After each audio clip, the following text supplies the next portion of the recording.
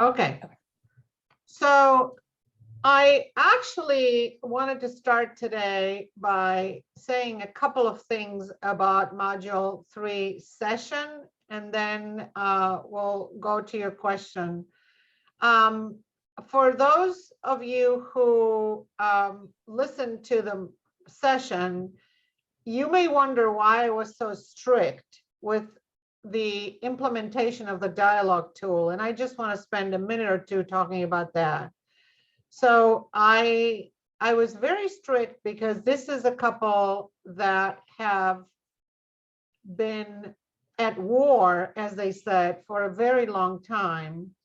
And they spend years on couples therapy and years of severely fraught conversations that were very undifferentiated, and they couldn't even talk about a minor issue, and there was a lot of damage. So prior to the session, I had asked them to pick a minor issue, and that's what we're doing with the dialogue tool in front of us. So that's the first comment I wanted to make. So when people are so fraught and are so at war, and they have such difficult time even addressing their minor disagreements and minor disappointments and minor differences, I become very strict. I say to them, look, the way that you've been talking about hasn't helped. And I want to help you talk about your disagreements in a different way, which is where the dialogue tool comes in, where I become strict at differentiating who is the initiator and who is the listener, and to make sure that those roles are clearly delineated and that people don't stay out of the role of the listener or the initiator. And so I think it paid off with them. In a later module, you'll hear another session with them. I think it's module maybe 7 or 8. And the other thing I wanted to say is that well, I wanted to, I wonder what people thought about his comment at the very end. We don't need a counselor for that. I'm wondering whether, after we have these discussions, if we could move on, and that means move on and not do kitchen sinking, all those things he said at the very end of the session. And this is the beginning of a treatment process, right? So this was the third session in the beginning of a treatment process. And I just empathized with him, and I said, I want you to know that I'm hearing your concern, that even if you're here and even if you do this, this is not going to work. So this is, again, an intervention that is important. This is a couple that was on the verge of divorce and separation. They had put the divorce on hold to engage in couples therapy. So this is a very beginning stage of couples therapy. But I wanted to explain why I got so strict. And that's why. Okay. So I was explaining to Linda, who's here today, and maybe I'll do a general explanation for those of you who are still here. Maybe I should have done that in the recording from the get-go. So I'm sorry, I'm taking some time to do this, but I have changed my marketing plan, and essentially I have stopped marketing the Academy for Couples Therapists for the last 2 months. And so, yeah, and I'm not going to restart the marketing because I'm revamping the whole marketing strategy. Probably by the end of January, and maybe a little later. So many of the subscribers who came in my first go around, which was September of 2020, have now left the subscription service for the Academy because they are done with the 12 months modules. And some people renewed and some people stayed on, but there's very few subscribers left, which is why we always had a low attendance, but now it's worse, and that's because there's very few subscribers. So I decided to, rather than getting anxious about this, I decided to say that's what's happening. I stopped the marketing. I'm going to restart the marketing. And now I'm going to talk to Linda about her cases or about her questions, either about the modules or the lessons or anything she wants to talk about with the remaining time. No pressure. I know.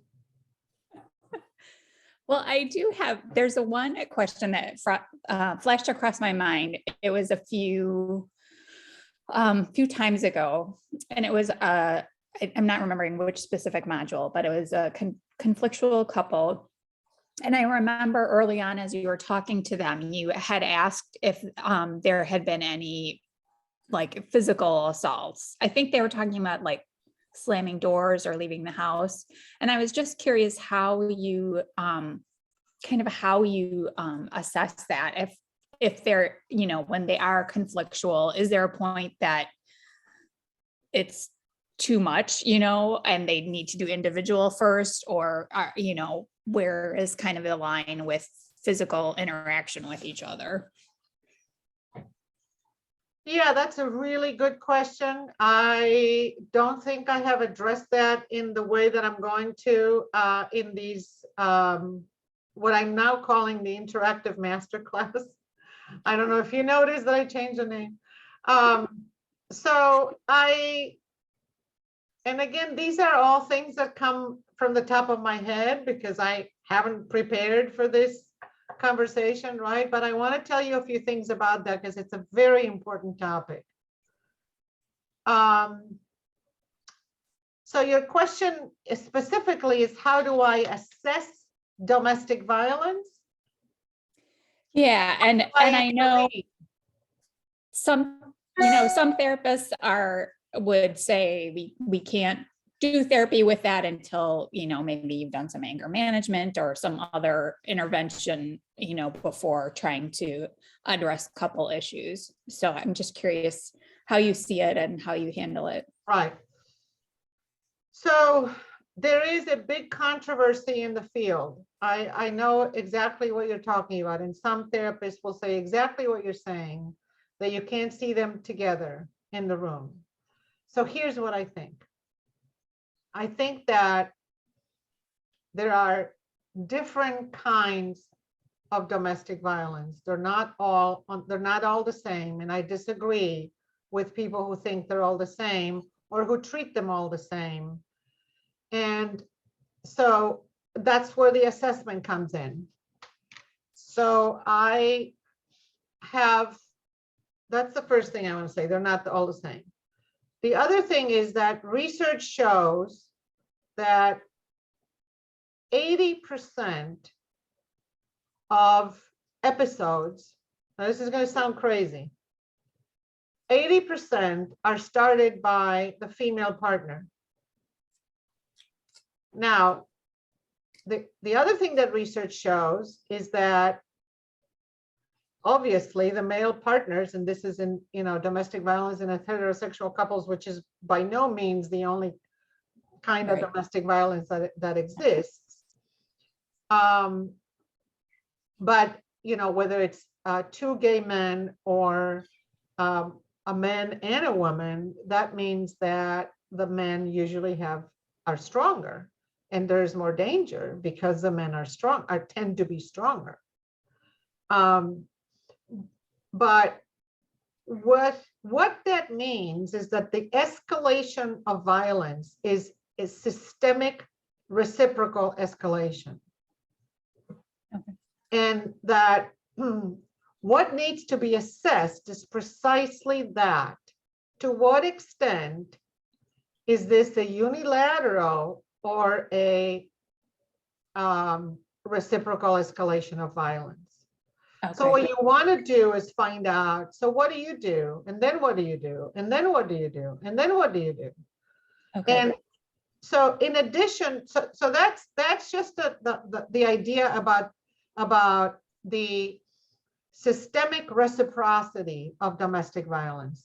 So when you think about it that way, you could do the things that I did in that first session with the couple that I think you're referring to, the first session with a high conflict couple that had been, the police had been called.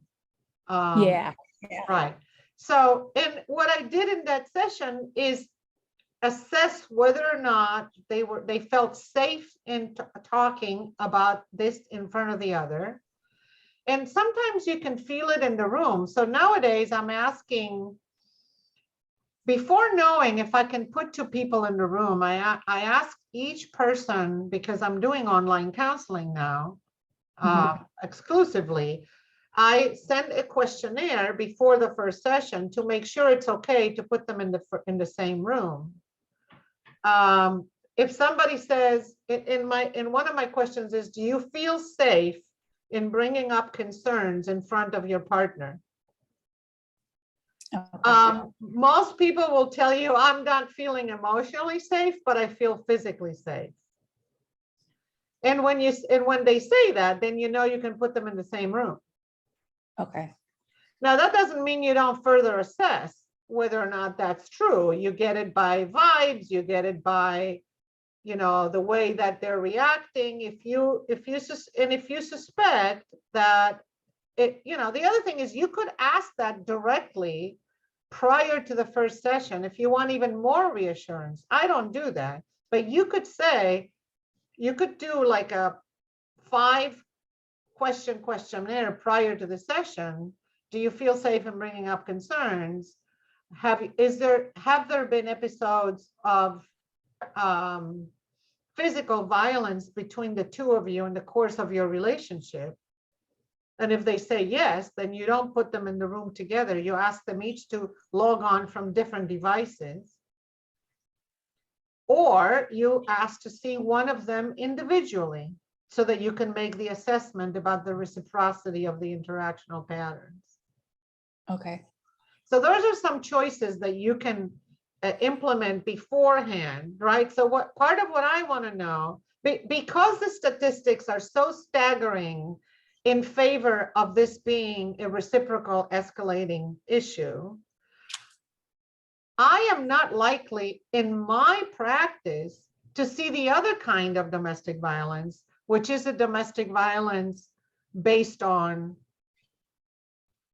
a belief in controlling the partner with physical threats, right? So this is the other kind of violence, which is, I said, there's two kinds, right? So there's this kind, the reciprocally escalating one, and then there's this other kind, which is the one where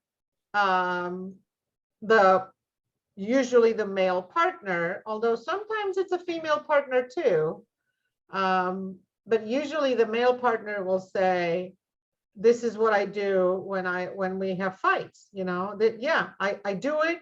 And then within that, I do it, I will get, I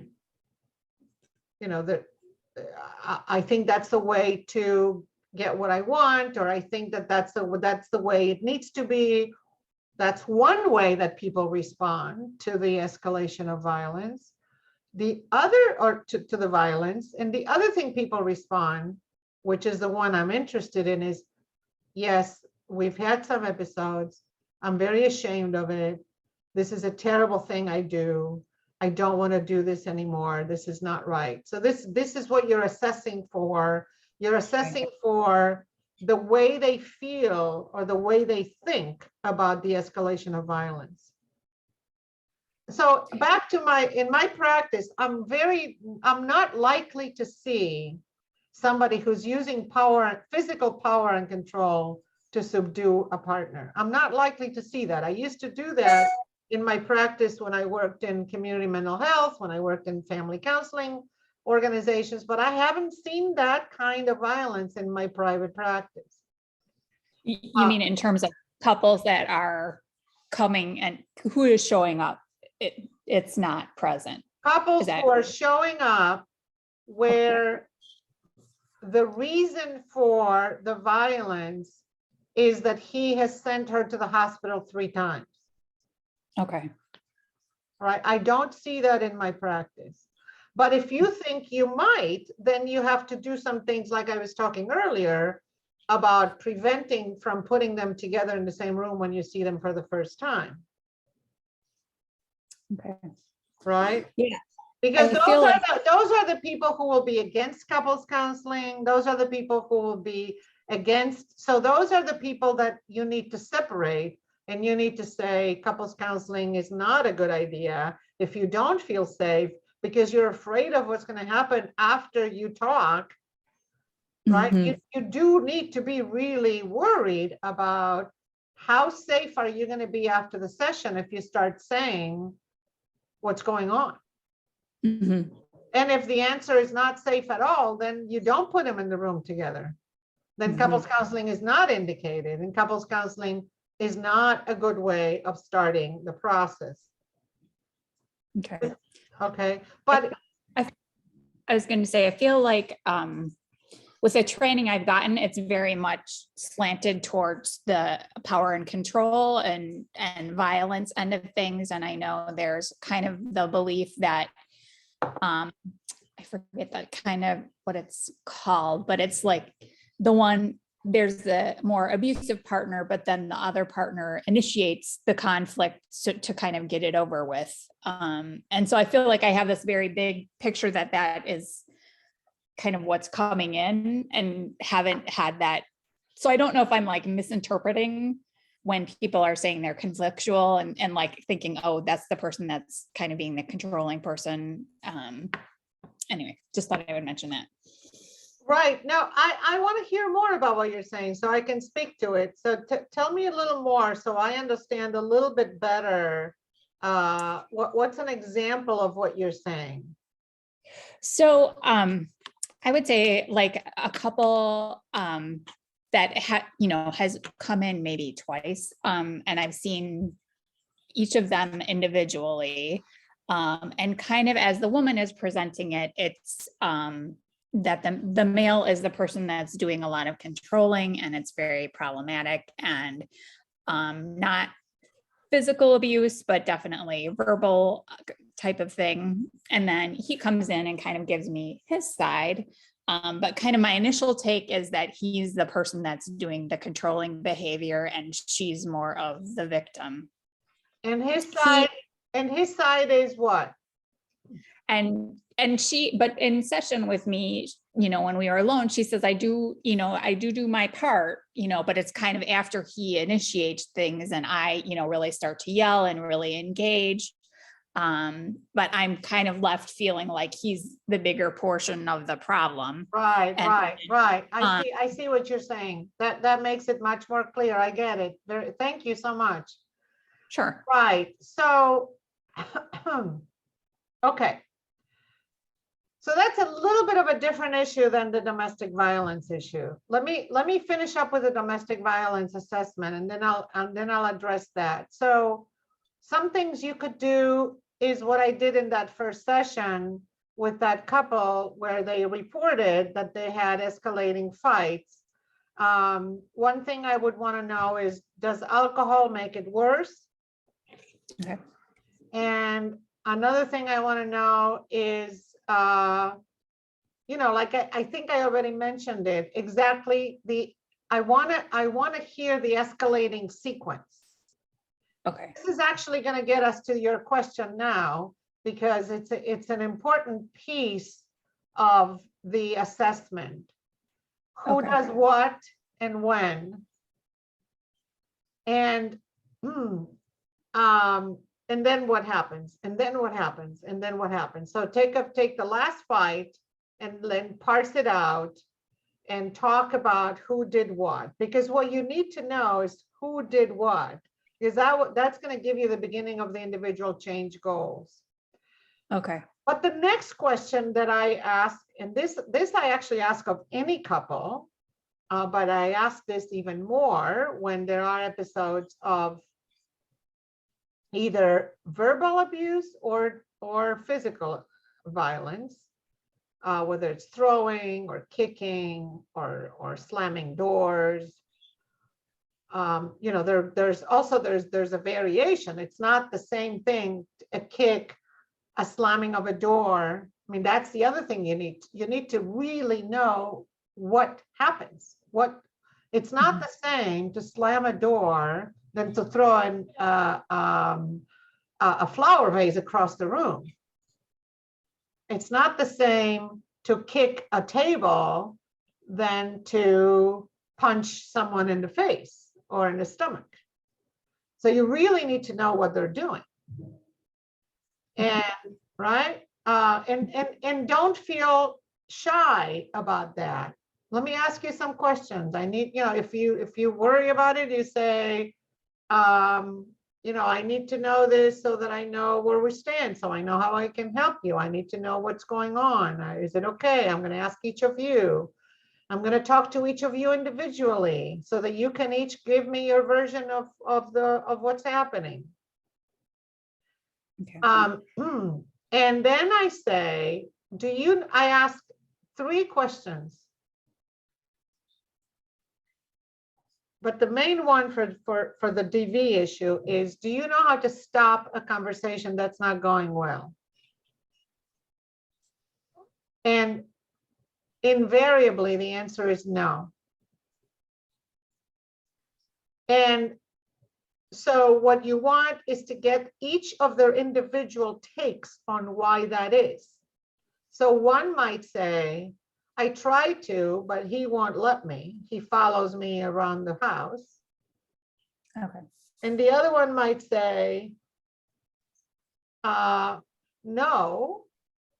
And I ask, why do you think that is? What do you do that makes you not be able to stop? What blocks you from stopping yourself when a conversation is not going well? And then he might say,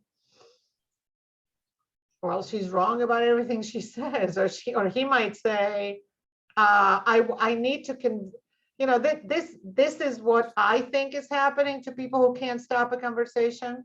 There's these 2 things. One is they try to but can't because the other one follows, and the other one is because of the attempts to convince the other that they're wrong. And there's an attempt to convince the other that their position is right, and they cannot let it go until they do that. And of course, that doesn't work. Mm-hmm. So, okay, so those are the 2 reasons why people can't stop a conversation, in my experience, why people can't stop a conversation that's not going well. But it's a very important question because it gives you the path forward to a treatment plan. Mm-hmm. It gives you the path forward to what is acceptable and what is unacceptable during a fight, which is what I did in that first session. And it gives you the path forward to something I don't remember doing in that first session, which is, what are you trying to accomplish with what you're doing? So this is a conversation about means and ends, meaning what is your objective? Well, I want to convince her. And what is your objective? Well, I want to stop. And what are your objective? When I want to feel respected. What is your objective?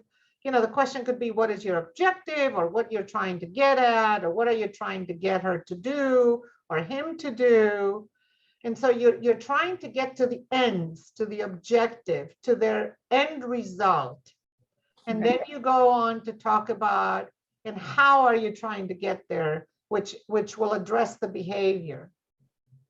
So what you're doing is the behavior you're engaging in, getting you to those objectives, to those results that you want. And the answer is no. And so you begin to see the treatment path forward, right? That A, they need to learn how to stop a conversation that's not going well, and B, they need to figure out an alternative behavior to get to what they want.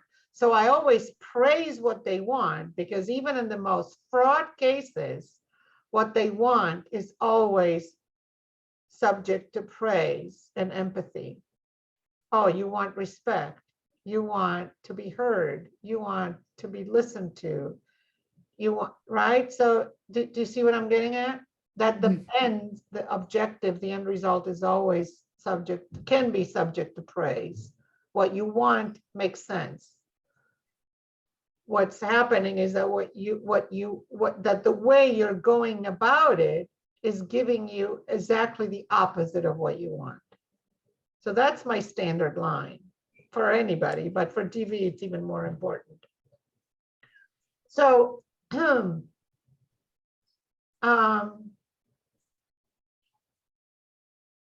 I want to stop here. Do you have any questions about any of this or any comments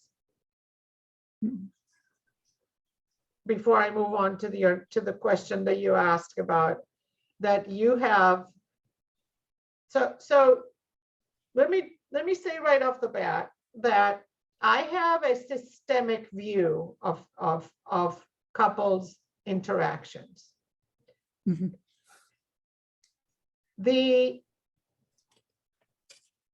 And by systemic, I don't know if that means anything for a lot of people. So I don't know if it means anything to you, or if it doesn't, but I'm going to say something about it. So for the benefit of those who are listening, that I believe the systemic module lesson is 4, if I'm not mistaken.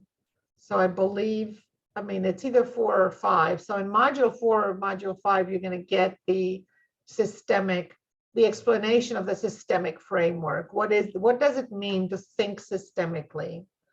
And what it means for me to think systemically is that it's a little bit like a seesaw idea. The more somebody does that one thing, the more another person does that. And the more another person does this, the more another person does that. When you read the module or listen to the lesson of systemic thinking, it will give you a lot more information about what that means.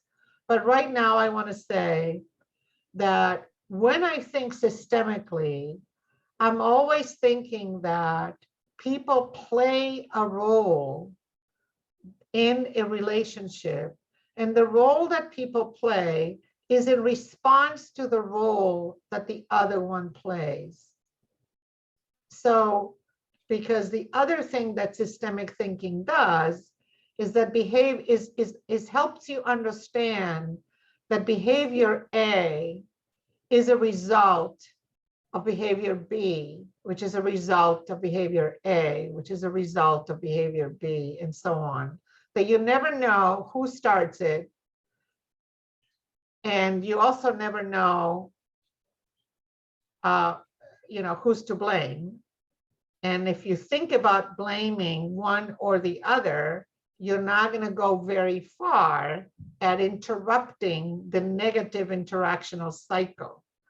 So when I think systemically, I'm thinking that there is a negative interactional cycle, and that when you blame one partner for being more bad than the other, you're not thinking systemically. And having said that, I'm going to say something more specifically about verbal abuse versus victim. So there's actually a wonderful book called The Verbally Abusive Relationship that is very, very helpful to work with individuals and couples. And so I would consider the verbal abuse / victim dynamic an attack defense dynamic. The more he attacks her, the more she defends. The more she defends, the more he attacks her. This is what I mean by a systemic view. Mm-hmm. So,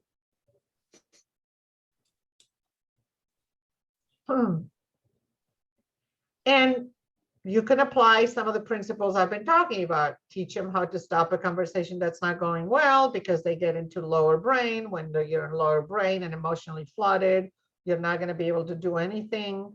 Again, speaking about modules, I believe I have there's a whole lesson on emotional flooding and how to deal with that in module, I think it's module 9 or 10. I think you may have, if you came in last June, you may have seen that, and if not, it might be worth revisiting. Yeah. So when people are in emotional flooding stage, which a verbal abuse is, but so is a defensive position, right? So what most people don't realize is that a defensive position, a position where you have to defend yourself from the attacks, is just as dysfunctional as an attacking position. I know this sounds crazy, but you know, if he says, you're not listening to me, or she feels attacked by, like, give me an example of, you know, I think this might be a good idea to give an example of what words he used that she would consider emotional abuse or verbal abuse. You're an idiot, you're stupid, or more like, you don't know what you're talking about, or what? Give me an example. I think I might be mixing a few couples up, but It doesn't matter. That's good. Doesn't matter. Okay. We're thinking through a clinical issue. I think with a couple I'm thinking of, he like belittles her. I don't know that she gave me an exact phrase, but it sounds like he does things to kind of put her down, or she's perceiving it that way anyway. Right. So you want to get this is a very good example of what to do. This would be a good example that you would say, when she says he belittles me, I'll say, what does he do? Give me an example. And if he's in the room with you, that means he's willing to figure out a way out of this situation. He doesn't like the fights. He doesn't like, you know, you want to try to assess his motivation. You know, I want us to fight less, or okay. So then in the fights, what do they each do behaviorally? So you might hear him say, or you might hear her describe. So, you know, because, okay, let me back up for a second. Because another question I ask in the very beginning of a treatment process is, so I would ask her, what are his complaints about you? And I would ask him, what are her complaints about you? And so you can access that information in a number of ways, but what you want to access is the behavioral information. What does he do when he belittles her? Let's say he says, you're stupid, which is a belittling comment. And so then you want to know what she does when he does that. And what would you say she does when he does that? I don't know specifics, but I think she goes into getting louder and louder and louder to kind of defend herself. Right. So she defends herself. She defends her reputation. She defends his perception of her. Right. So a defense is a defense of she wants to change his perception of her. That's what a defensive position is. And she will go to great lengths, whatever it takes, to defend her reputation. This is a very typical pattern. The more he belittles her, the louder she'll get, and the more she'll need to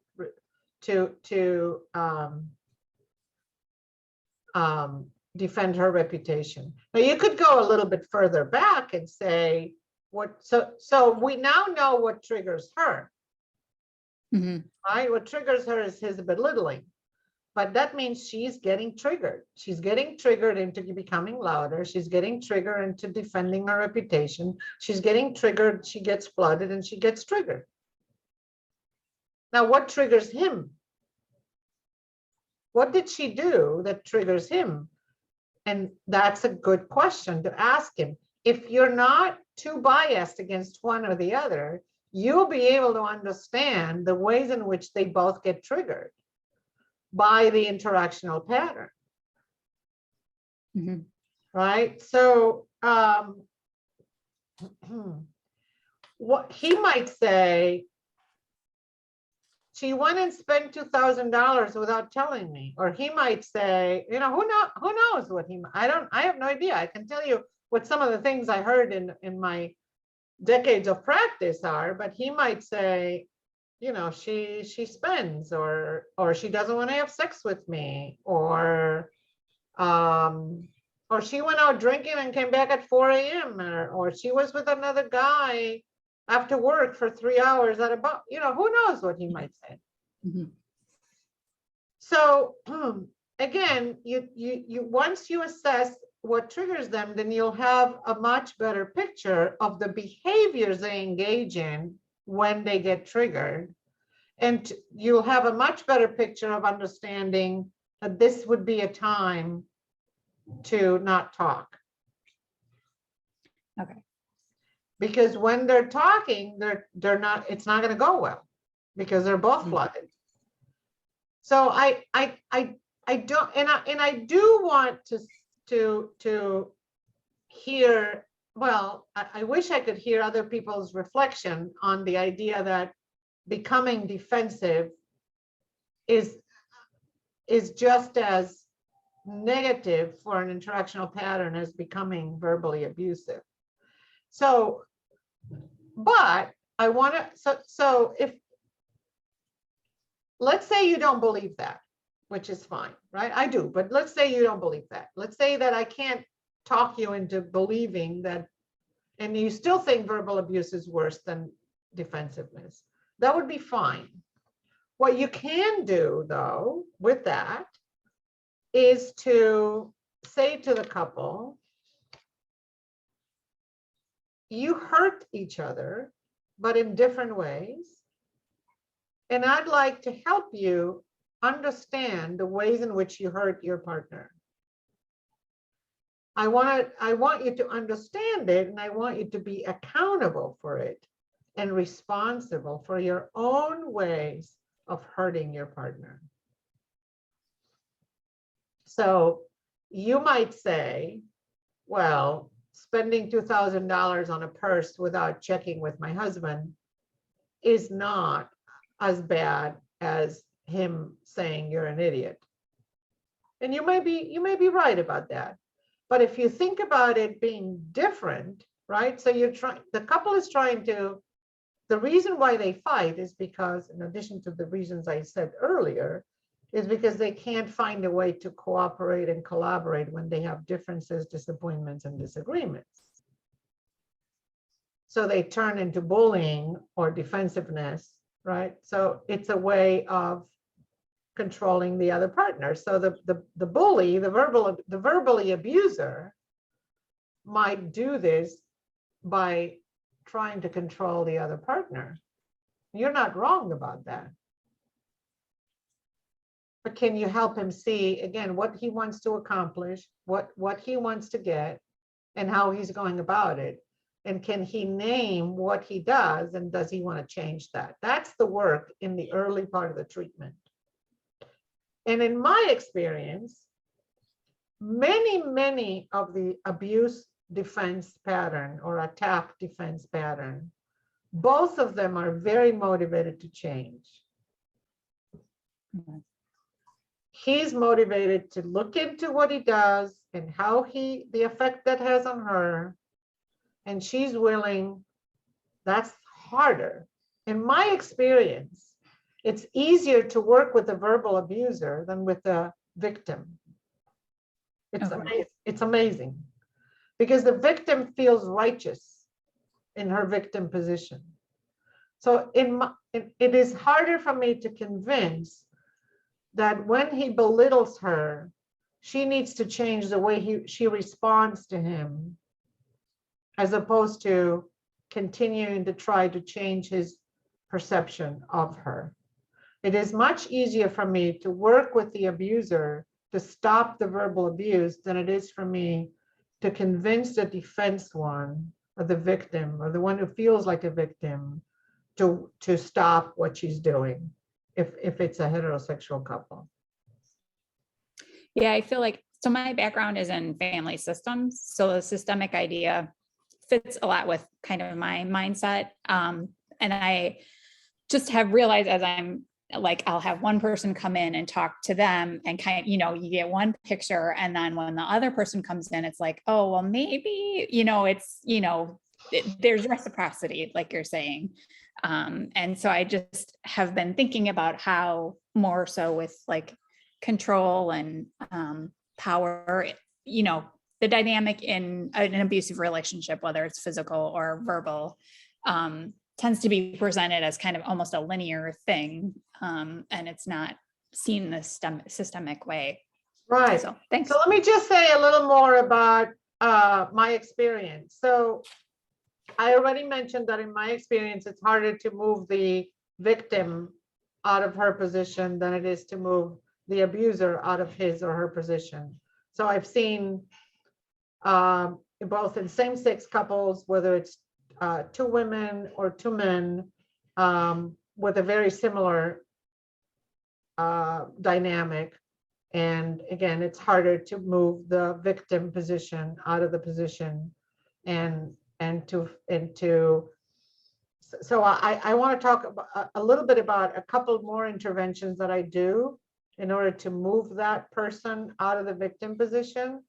I was going to ask. Right. So, but I don't want to forget to tell you that it doesn't always work, meaning that I sometimes cannot move the abuser out of his position. I don't want to give the impression that I always manage to move the abuser out of his position, because it's not true. So in my experience, I have an easier time moving the abuser out of the position than the victim. But it doesn't mean that it always happens. So I'm thinking about a couple of cases recently where I wasn't able to move the abuser out of his position. In both cases, it was a male. Actually, no. In one case, it was a female. Okay. And another case, it was a male. And in one case, I stopped the treatment and said, this is no, we've talked about this, and this was when the female was the abuser. You say you want this, but we've talked about how what you're doing is pushing him further away, the accusations, that's, how willing are you to, this is not, if you can't get out of the position, I don't know that I can do much for the 2 of you. So I stopped the treatment. And in another case, when I did that, the treatment went much better. Okay. Right. So and in another case, she got divorced. She divorced him. So I stayed on, I kept her as an individual client, but then you work with her on, again, her attempts at changing his view of her, and they are impossible. You're not going to be able to change his view of you, and if he doesn't change his behavior, you have some choices to make. But continuing to try to change his view of you is not one of them, because that's going to keep you locked in a victim position. Okay. So as I said, in some cases, it doesn't always work. I can't always continue with the treatment, and sometimes I have to block it or try or stop it. And other times, that attempts at stopping the treatment is what will motivate the people to begin to change. Now, let's move on to more interventions for the victim. I will continue with the one that really sticks with the position of stopping herself from changing his mind, because that is a losing battle. it's a little bit like a treatment of somebody with an addiction. The partner of an addict who hasn't done the work of the partner of an addict will continue to believe that he or she can change the addict's behavior or the addict's, right? So this is a little bit like that, that in an attempt to change the partner's behavior, in an attempt to change the partner's beliefs, is all an indication that she wants to change the partner. This is why I compare it to being with an addict. Because as long as the partner of the addict or the abuser continues to believe that the abuser is the one that has to change, she's not going to, if it's a female who's the victim, she's not going to change her behavior because she will continue to believe that he's the one who has to change it. So if she buys into that, what behaviors can she change? Well, one thing she can do is not put herself at target range. And I use the word target on purpose. It's a word that Harriet Lerner uses. It's a word that Monica McGoldrick uses, and some of the systemic thinkers will talk about moving out of the target range. It's a very important concept, because if you think systemically, it takes two to engage in the bully victim position, right? It takes two, right? And so you do individual work with each of them to try to get at their motivations, to try to get at their histories. So for him, it will be history of abuse. What is he repeating? What is he doing? What does he want to do instead? What are the difficulties for that? And for her, it will be a history of belittling. Maybe she had a belittling father. Maybe she had a belittling mother. Maybe she's been a victim for a very long time. Maybe she acts like a frightened child in front of this abusive partner. And so her own history will inform where the changes have to be.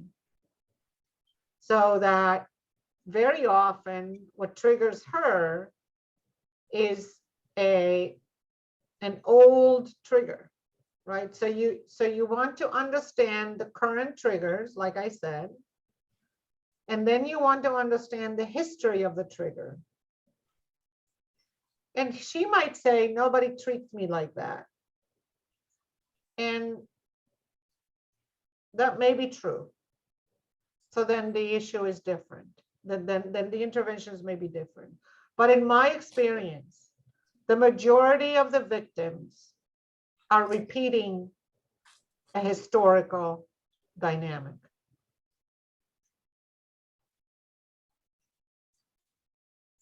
And so the intervention there is to go back and understand what historical dynamics are being played out. So she's using defense mechanisms and coping strategies and survival strategies that worked when she was 8, 9, 10, 11, 12, 15 years old, but they don't work now.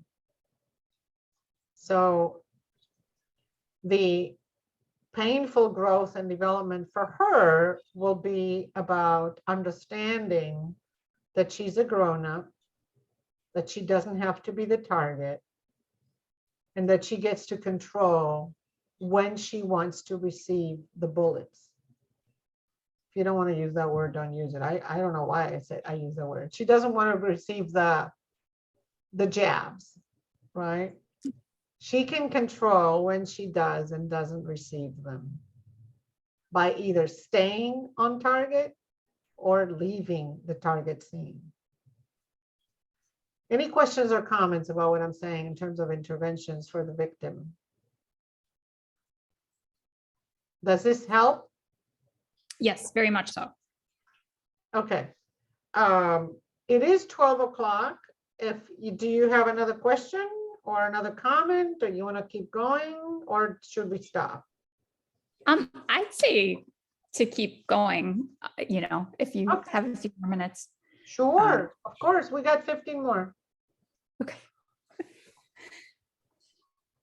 Yeah, I'm really intrigued by this, and especially since I feel like when couples come in, it's often, it's a conflict. Things aren't going well, but there seems to be this dynamic pretty regularly, and I'm just curious how to be more effective in addressing it. So, well, you got to get each to be responsible for their own actions, and you got to make a treatment plan that talks about, so let's review. We talked about triggers and what triggers each. We talked about ends and the means to that end, with empathy for the ends, but not the means. Mm-hmm. We talked about the historical coping mechanisms that we need to learn from the triggers. Mm-hmm. And we talked about staying out of range and knowing how to stop a conversation that's not going well.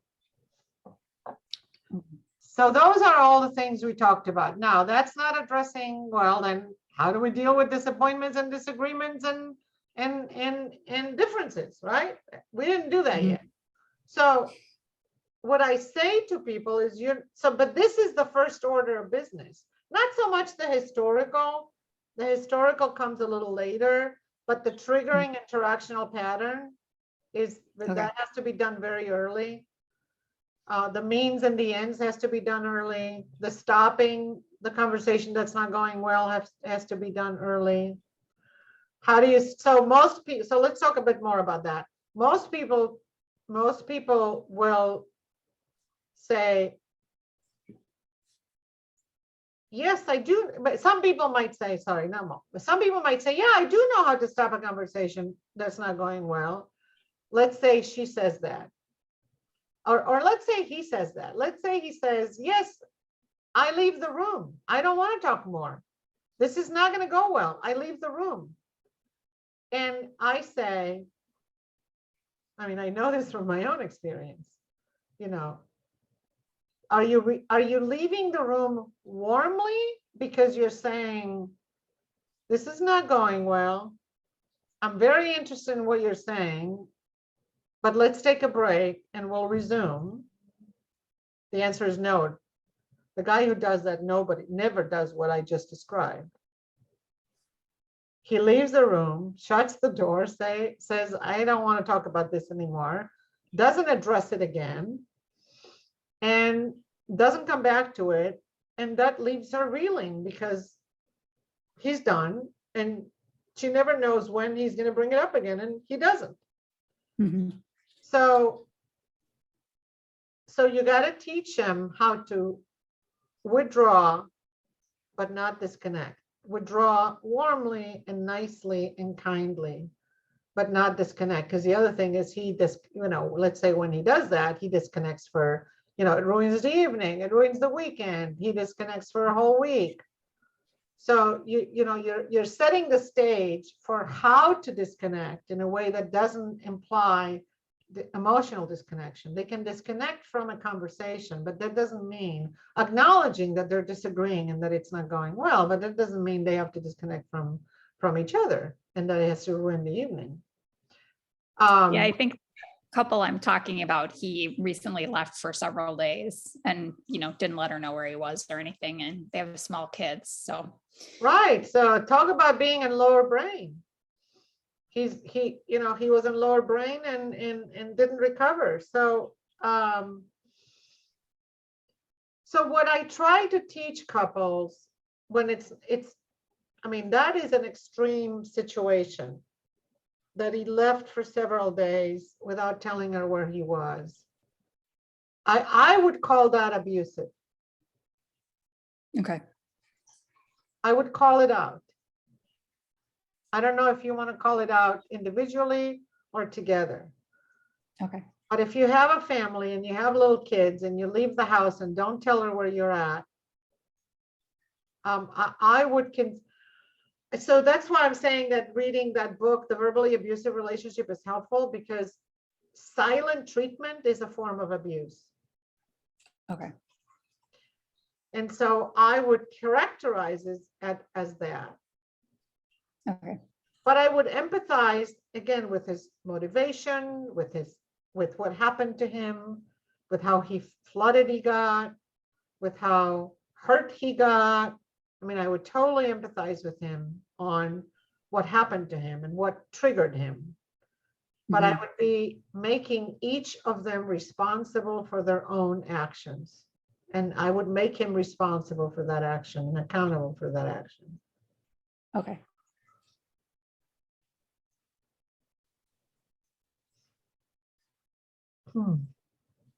What was I saying right before that? Because I feel like I was going somewhere and then I wanted to stop and say that's abusive. I think you're talking about leaving the room warmly and withdrawing, but not disconnecting. Right. Okay. Thank you. Right. Good. So I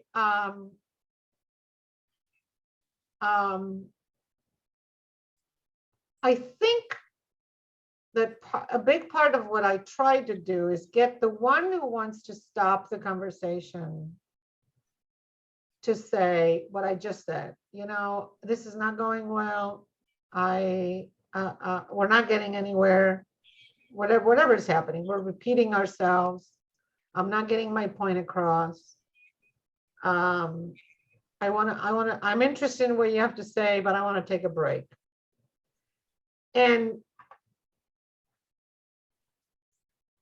this is not going to be easy, particularly for guys, to say, let's take a break and let's resume in an hour, in 2 hours, in 1 day, in 2 days. This is what the one who doesn't want to let the conversation go often tells me is he leaves the room, but I know we're not going to be speaking for days. We're never going to go back to it.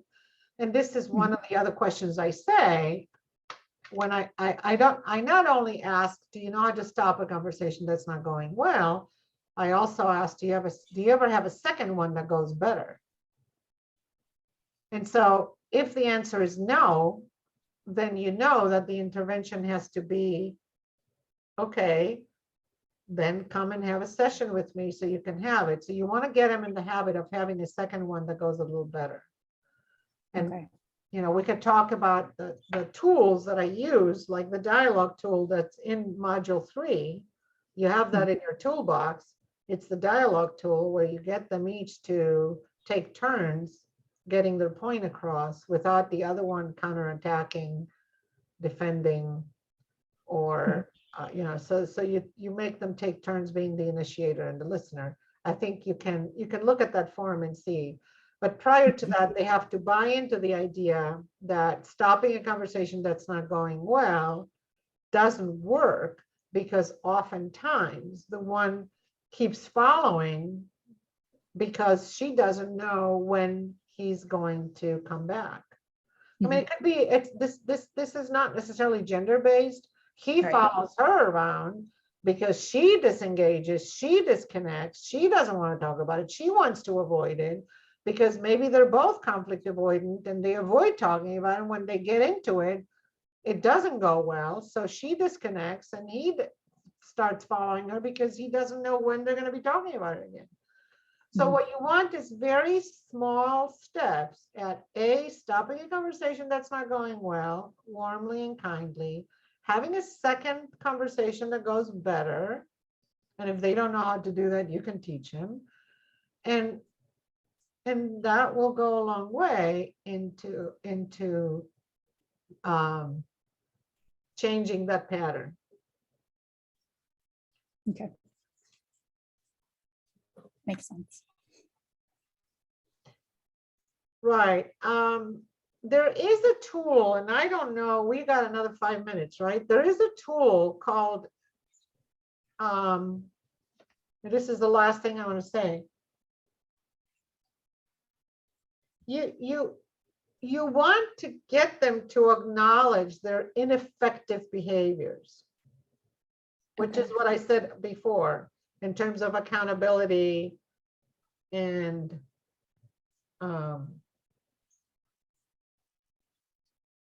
I mean, it would be much better if you could get this guy to say that what he did was abusive than for you to say it. Right. Right? It'd be great if he could acknowledge that his behavior is ineffective, and if he could tell you why. It would be a much better clinical position to be able to get him to acknowledge how fraught his behavior was. Mm-hmm. And if you could get him to hear the effect it had on her. Okay. Right? So I know that I sometimes, right? So in anything you know to be true and necessary, I want you to believe in it, right? So you're right that being verbally abusive is not right. And there's something wrong with that. If you want a collaborative, equal relationship, you can't do that, right? But it's much better if it comes from the client than if it comes from us. Yeah. But if he says, I don't know, I don't need to do anything wrong, all right, then you have to get her to say it. And if she can't say it, then you have to say it. Okay.